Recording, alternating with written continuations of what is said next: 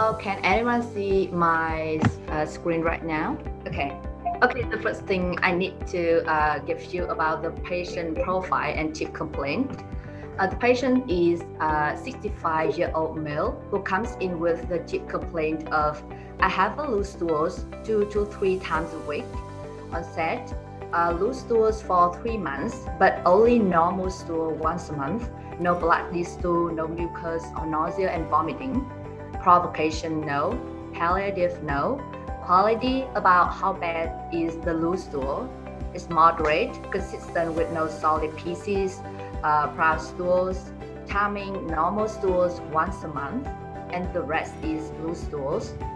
Associated symptoms, discomfort in the abdomen, fatigue, and weight loss of 2 to 3 kilograms a month. And the next part is about past medical history. Significant medical history. The patient was diagnosed with hepatitis B virus 10 years ago, but no treatment. No hepatitis D virus, no medication.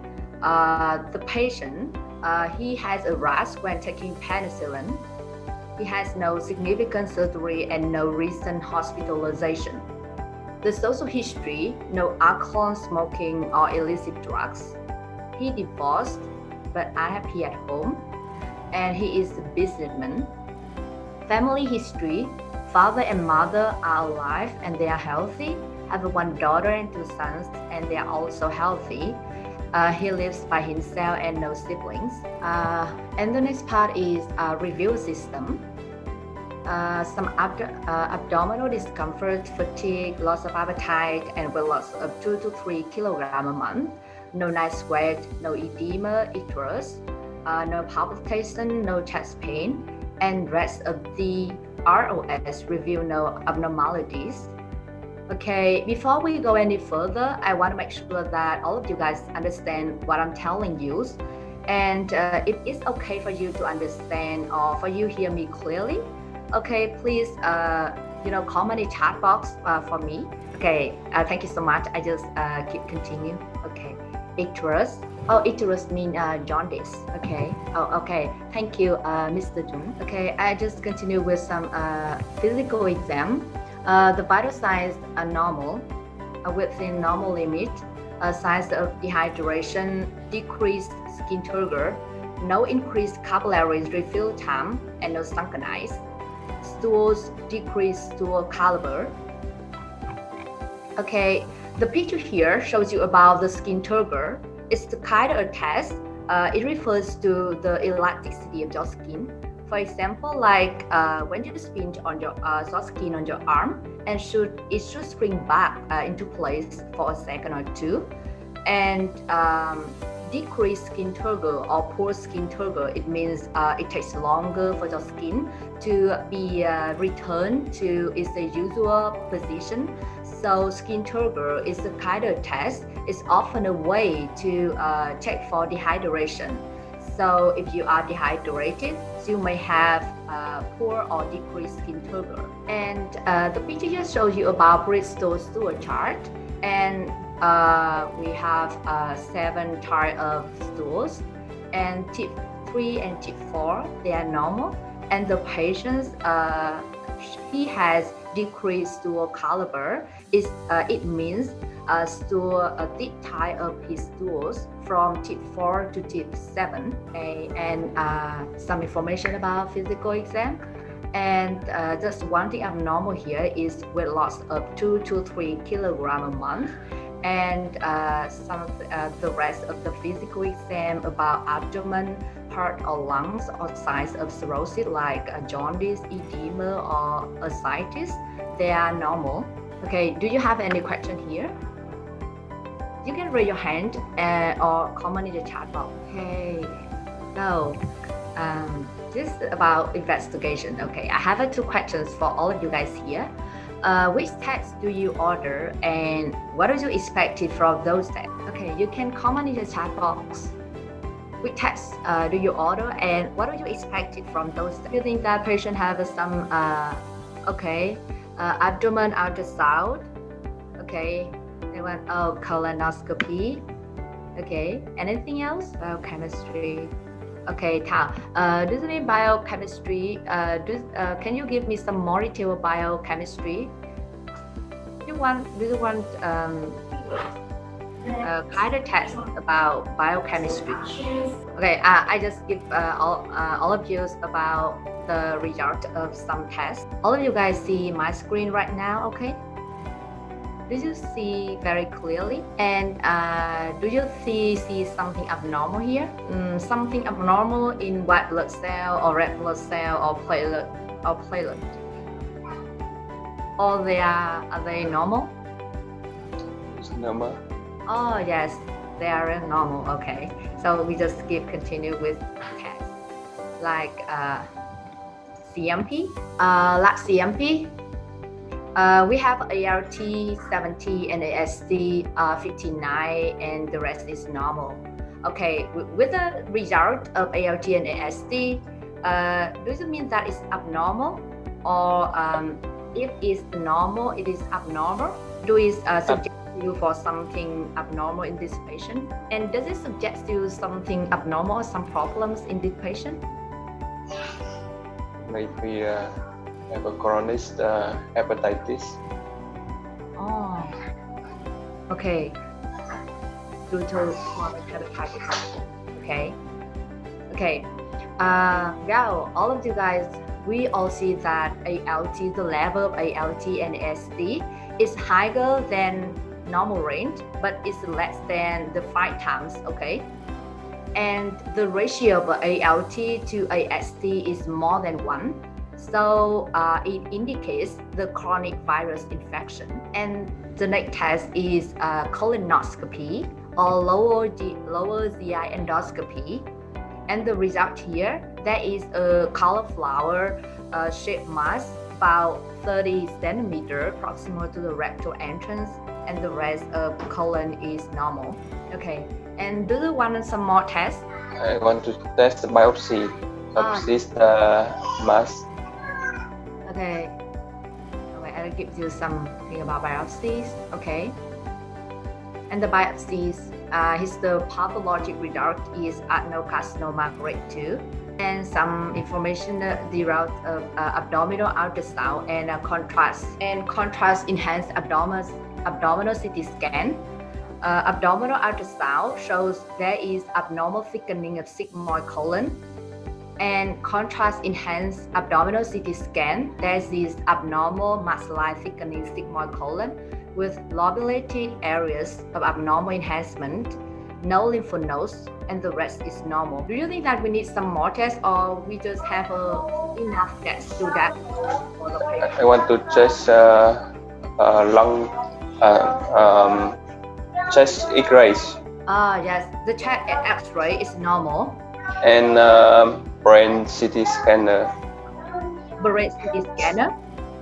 Yeah. Okay, actually, the test results of brain CT scan are pending. It means we haven't had the result of brain CT scanner. Okay, do you think that you have enough tests to diagnose for the problems in this patient, or do you think that you need some more tests? And if you need some more tests, what kind of tests? Could we take could we do the PET-CT for a patient? PET-CT, okay, but the patient he haven't done. What about the tumor markers? Do you want to take some blood to measure the tumor markers for this patient? Otherwise, I want to check endoscopic ultrasound in colon. That means I want to know it's actually the cancer in colon wall by endoscopy ultrasound. Endoscopy ultrasound. Okay. The patient he hasn't done the test. You said that. He hasn't done that. Okay, what about tumor markers? Do you know about CEA? And what do you know about CEA? Not necessary because we found an evidence of adenocarcinoma. So I think that's enough evidence to decide. So that's the problem of the patient. Okay. So I just gives you some information about CEA. Okay. CEA, this blood test is not used for screening or just as you said, as a diagnostic test for colorectal cancer, and this patient is sigmoid colon cancer. But it has a value in the pre-treatment staging and follow-up of patients. So for diagnose this patient, it doesn't necessary for you to run the tumor markers like CEA, but it has a value in your treatment, to follow the patient and in the pre-treatment staging. Yes. Okay. And do you think that you need some examination of stool, like some tests about stools? Because this patient, he has blue stool for 3 months. And what kind of test? Yes, for this patient? maybe we need to find a stool test to find a bacteria. Yeah. Maybe bacteria. Maybe the patient have a cancer, also have some infection in intestinal tract. So I want to test for stool test for 5 bacteria. Okay. Actually, there are a lot of tests about a stool specimen. I will give you some tests, just like FOBT and FIT, fecal fat, stool white blood cells, oval and parasite demo stool culture. So do you have any questions about this kind? Can you tell me more about? Okay. What is oval exam? Oval exam is that you use a microscope to look for some parasite or oval. Oval means seed or eggs of parasite in your stool specimen or stool samples, eggs and seeds of parasite. Do you know about FOBT or FIT? No, can you explain? Yeah, FIT and FIT is kind of a test to detect hidden blood in your stool samples. And it's one of those steps for screening for some patients who are over, about 50 years old, and maybe some patients who have some risk factors for colorectal cancer. Could you explain FIT test again? FIT and FPT is a kind of those tests to detect hidden blood in stool specimen or stool samples. And it's one of screening tests for colorectal cancer. And what is different from FOBT and FIT? Okay, it's a kind of difficult questions. Okay, and I think it will take extremely a lot of time to discuss about this problem in depth. So if you don't mind, I will address the questions after the case. Okay.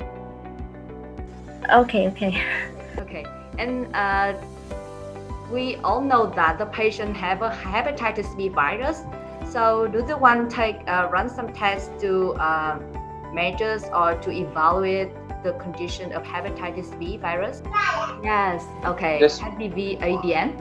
Okay. But before you run test HBV DNA, do you want some tests to test if the patient it is negative or positive for HBV? We want to check SBS, IG, Because HBS, because I already know that the patient have the HBsAg is positive, and the total HBCAZ is positive, so I want to measure the the HBV DNA right away.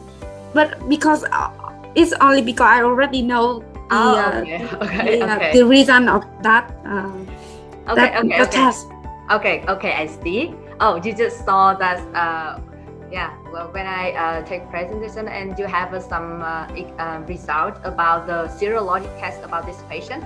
Okay, and you want to take some further tests to that. Evaluate the patient's condition. Okay.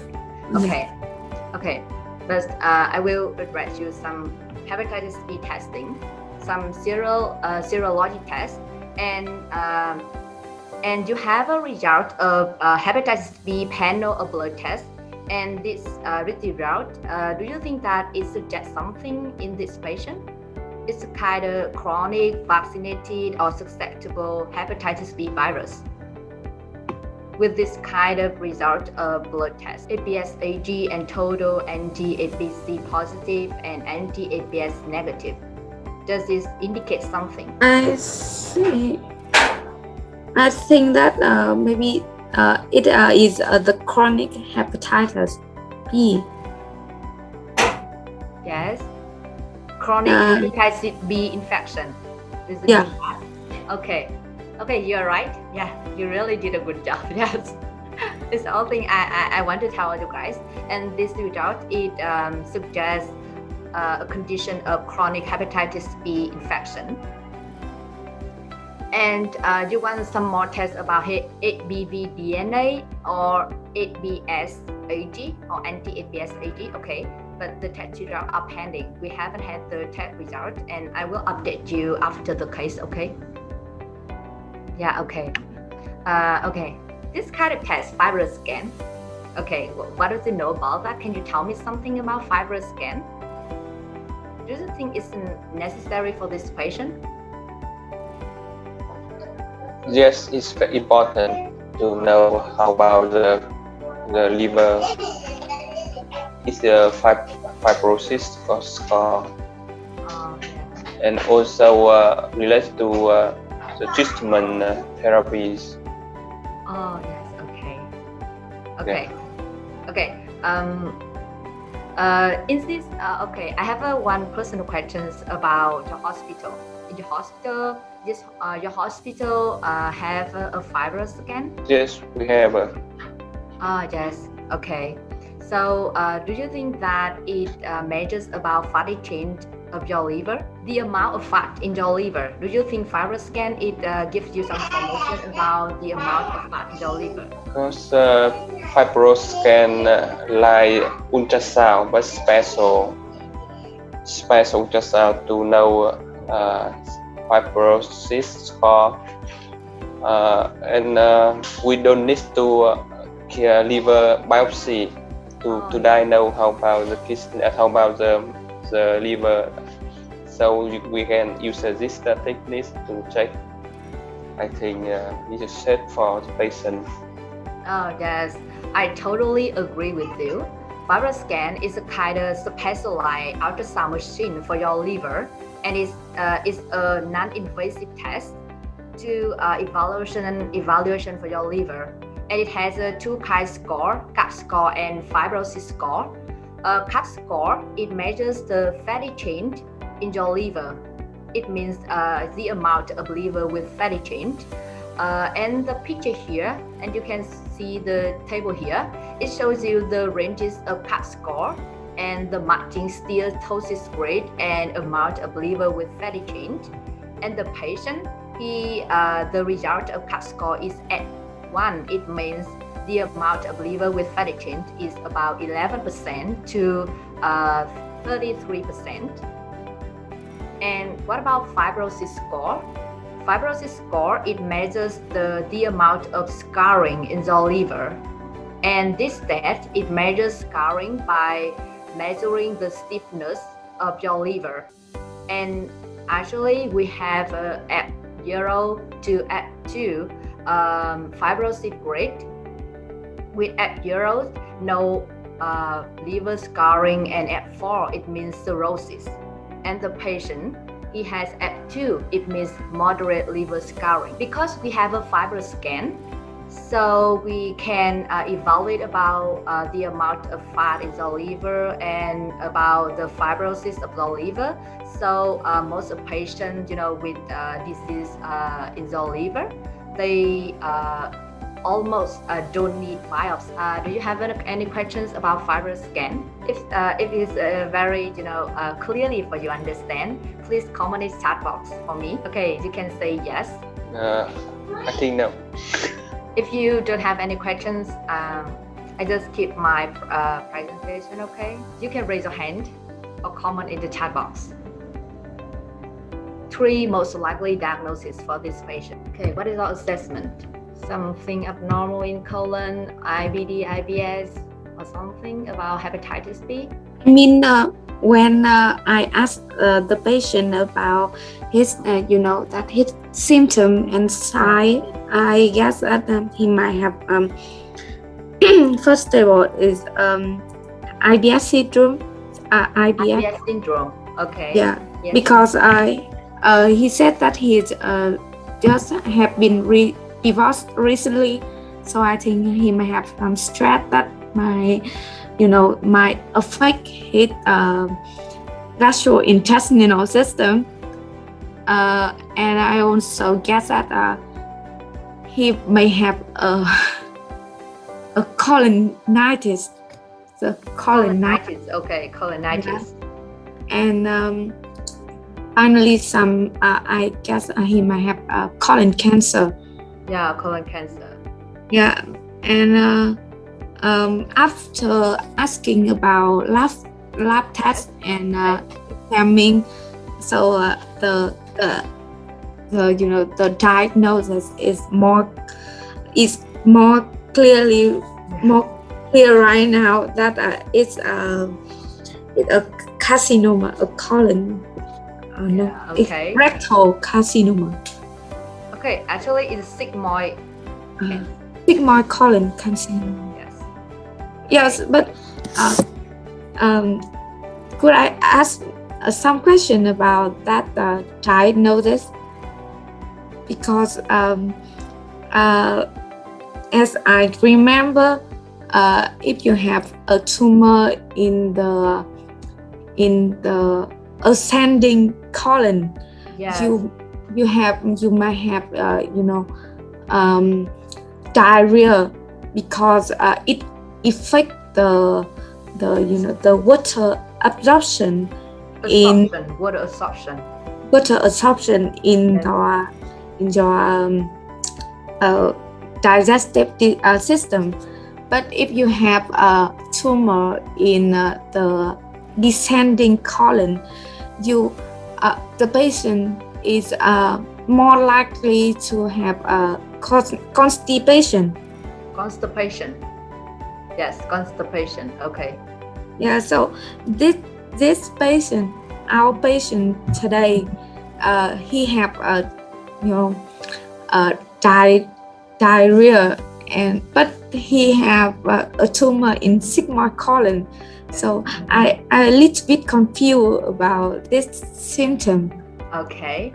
You see something abnormal in the patient's symptoms and the diagnosis.